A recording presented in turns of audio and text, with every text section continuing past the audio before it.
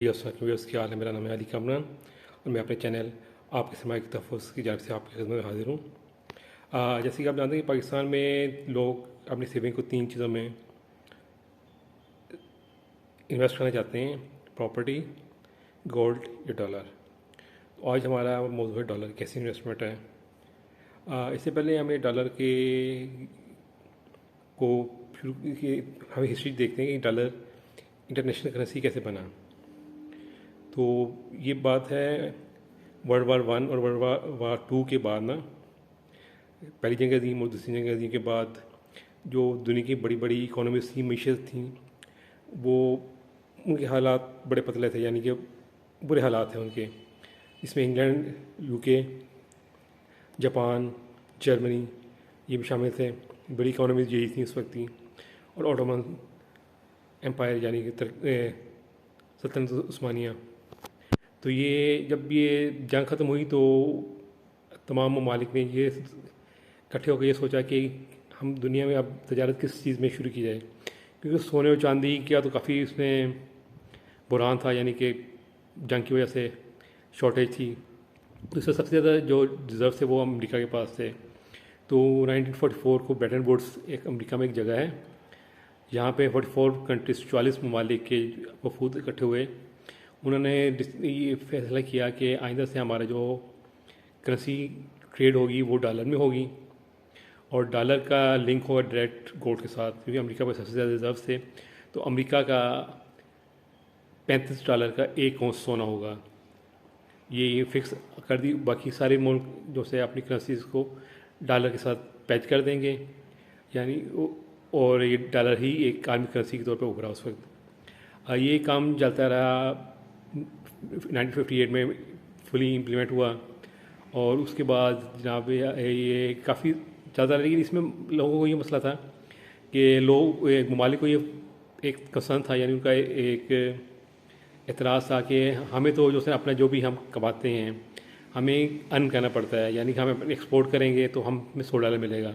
लेकिन अमेरिकी गवर्नमेंट जब चाहे वो नोट छाप के अपना तजारती खसारा पूरा कर सकती है, यानी कि एक अमेरिका को एक एज हासिल था।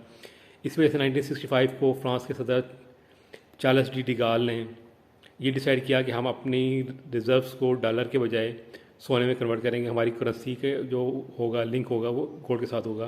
उन्होंने अपने रिज़र्व्स को डॉलर के बजाय गोल्ड में कन्वर्ट कर लिया।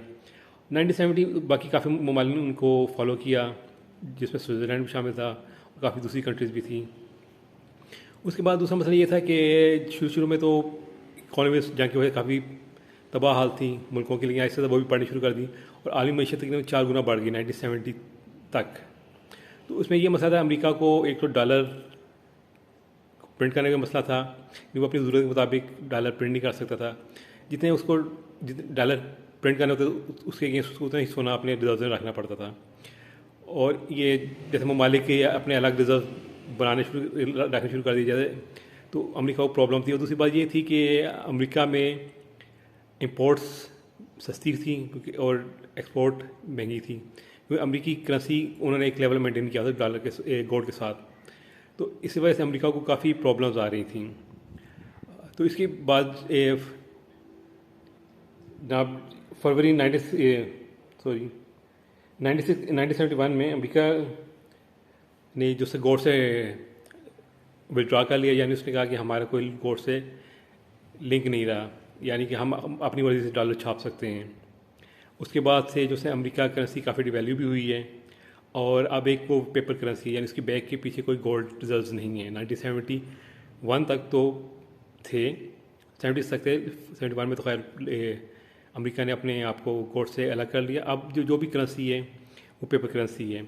अब अमेरिका जो डॉलर है वो जो उसकी वैल्यू होती है, तयन होती है, वो euro, pound sterling, Swiss franc, Japanese yen, Canadian dollar और स्वीडिश क्रोना से तय होती है, यानी कि बास्केट है। अब मसला ये है कि ये मालिक भी जो से हैं उनकी करेंसी भी डिवैल्यू होती है और अमेरिकी करेंसी भी होती है। ये एक कोई सही क्राइटेरिया नहीं है कि हम ये देख सकते हैं अमेरिकी करेंसी डिवैल्यू नहीं होती। अमेरिका करेंसी सारी करेंसी डिवैल्यू हो रही हैं, वो कम हो रही हैं या ज़्यादा हो रही हैं। اب جیسے پاکستان کی کرنسی بہت زیادہ ڈیویلیو ہو رہی ہے، تو اس کے مقابلے میں ہمیں لگتا ہے کہ امریکہ کی کرنسی اوور ویلیو ہو رہی ہے، یعنی اپنی ویلیو گین کر رہی ہے، لیکن ایسا نہیں ہے. امریکہ کی بھی ویلیو ڈالر ڈیویلیو ہوتا ہے، لیکن پاکستان کا بہت زیادہ تیزی سے ہوتا ہے.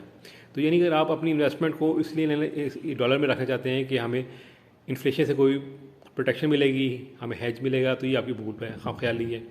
تو ہم اس کو ریکمینڈ نہیں کرتے کہ آپ اس کو اپنے ڈالر میں انویسٹمنٹ کے طور پہ لیں. آپ ویسے اگر آپ لینا چاہتے ہیں، شوق ہے آپ کو، یا آپ سمجھیں کہ پاکستانی کرنسی رکھنے کے بجائے ڈالر بہتر ہے، وہ الگ مسئلہ ہے. لیکن کوئی انویسٹر پوائنٹ آف ویو سے آپ دیکھنا چاہتے ہیں تو ہماری ریکمنڈیشن اس پہ بالکل نہیں ہے کہ آپ ڈالر کو لیں. ڈالر بھی ایک پیپر کرنسی ہے، آپ کو ٹھیک ہے بلیف ہے، لیکن دنیا کی ابھی بھی